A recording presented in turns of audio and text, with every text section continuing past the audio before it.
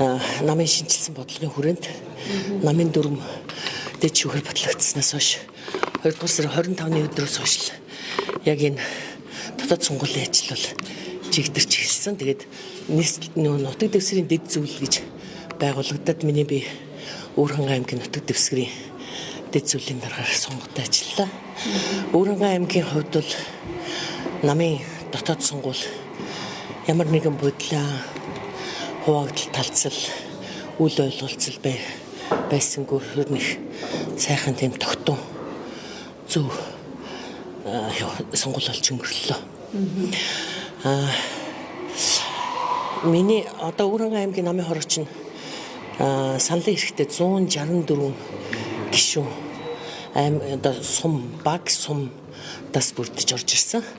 Тэгээ батлагдсан намын хорооны 164 гишүүн хуралдаж хурлын дарга тэргүүлэгчтэй сонгоод аймгийн намын хорооны дарга үндэсний бодлогын хорооны гишүүд нэр дэвшигчдийн сонгуул боллоо. Үндэсний бодлогын хороонд Өвөрхангай аймгийн хэмжээнд 13 суудалтай 13 судал дээр нийт 29 нэр дэвшиж өрсөлдлөө. Бас нэлээд тийм өрсөлдөөнтэй. Ер нь бол сонгуул бол нөгөө сонгуул байдаг гэдэгчлэн Өвөрхангай аймгийн хувьд нэлээд тийм ширүүн тийм өрсөлдөөнтэй сонгуул болсон. Тэгээд 13 нэр дэвшигч 29 нэр дэвшигчдээс 13 өвбөхөө сонгогдож чадлаа. Одоо дараагийн сонгуул 4-р сарын 7-наас 8 хооронд тийм аймгийн намын хорооны даргаыг сонгох сонгуульд би 75% юугаар тийм ялт байгуулж бас өрсөлдөгч байсан. Тэгээд сонгуул ер нь их сайхан тайван зөв тийм ёс зүйтэй сайхан боллоо. Сэтгэл маш хангалуун байна.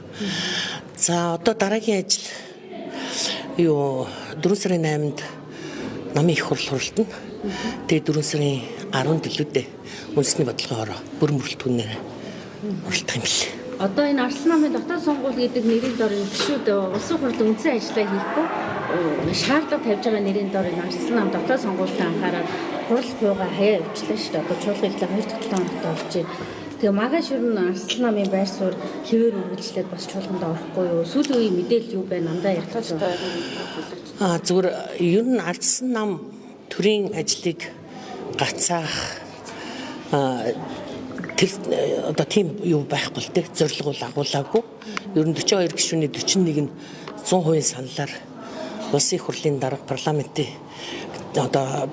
авчиж яаж байгаа даргалж байгаа хүн бол нэг намын дарга байж болохгүй л гэдэг байр суурин дээр гишүүд нэгдэж юу яасан. Байр суурь илэрхийлсэн байгаа. Би болохоор одоо нөгөө нутаг дэвсгэрийн даргын ажлыг энэ хөдөө орон нутагт энэ Өвөрхангайд ажиллаж байсан учраас ойрын яг юм тодорхой мэдээлэл бол ер нь алгал байна. Гэхдээ би одоо гишүүнийхээ хувьд бол ер нь энэ бүлгийн гаргасан шийдвэрийг бол бүрэн дэмжиж яг бүлгийн шийдвэрэл дагчижлаа. Нэг талдаа одоо улсын хурлын чуулган амарч яагаад орж ирсэн 2 сар гаруй. Нөгөө талдаа ингээд дотор төлөвчдийн мөнгө бол 5 хүн цалинждаг шүү дээ. Тэгээд үндсэн ажиллаа хийхгүй улс төрчлөлт явуулах нь хэр зохистой вэ? Улс төрийн хүчин сөрөг хүчний хувьд бол энэ ер нь бол байр сууриа илэрхийлэх энэ тал дээр бол би бол бас манай Арслан намын бүлэг зөв шийдвэр гаргасан гэж бодож байгаа юм. Хэрвээ тэнд одоо 5 намын төлөөлөлтөд улс төрийн хүчин 126 гишүүдийг бүрдүүлээд парламент ингэж ажиллаж байхад тэгвэл Арслан намын дарга парламентыг даргалж болох юм уу? Хүн намын дарга даргалж болох юм уу, тийм ээ? Тэгэхээр энэ тал дээр бол гишүүнийхээ байр суурийг бол би бүлгийн шийдвэрийг дагаж хатуу зогсож байгаа. Улс төрийн хувьд энэ бол улс төр хийж байгаа асуудал огтоосоо биш.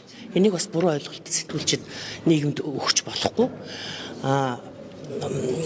Тэр парламентын юуны улсын хурлын дарга бол түлтгэл намынхаа даргын ажлыг хийлээ.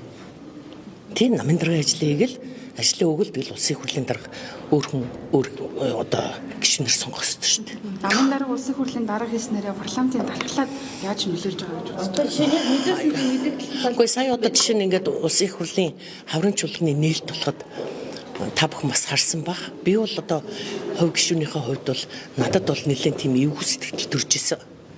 Бид нар нэг Монгол Ардын намын баг хурлын одоо төлөөлөгч шиг нэг Монгол Ардын намын баг хурлын даргын илтгэлийг сонсож байгаа юм шиг тиймэрхүүл одоо мэдрэмж надад төрсөн. Тийм учраас ер нь улсын их хурлын дархлаа гэдэг бол энэ ерөөсөө тийм нэг намын одоо дараагаар ингээд даргалуулад тэр намын бодлого шийдвэр нь яг энэ улсын их хурлд парламентэд нөлөөлөд шүү дээ. Тэрийг бол нуухгүй. Тэгэхээр энэ ардчилсан намын бойкотыг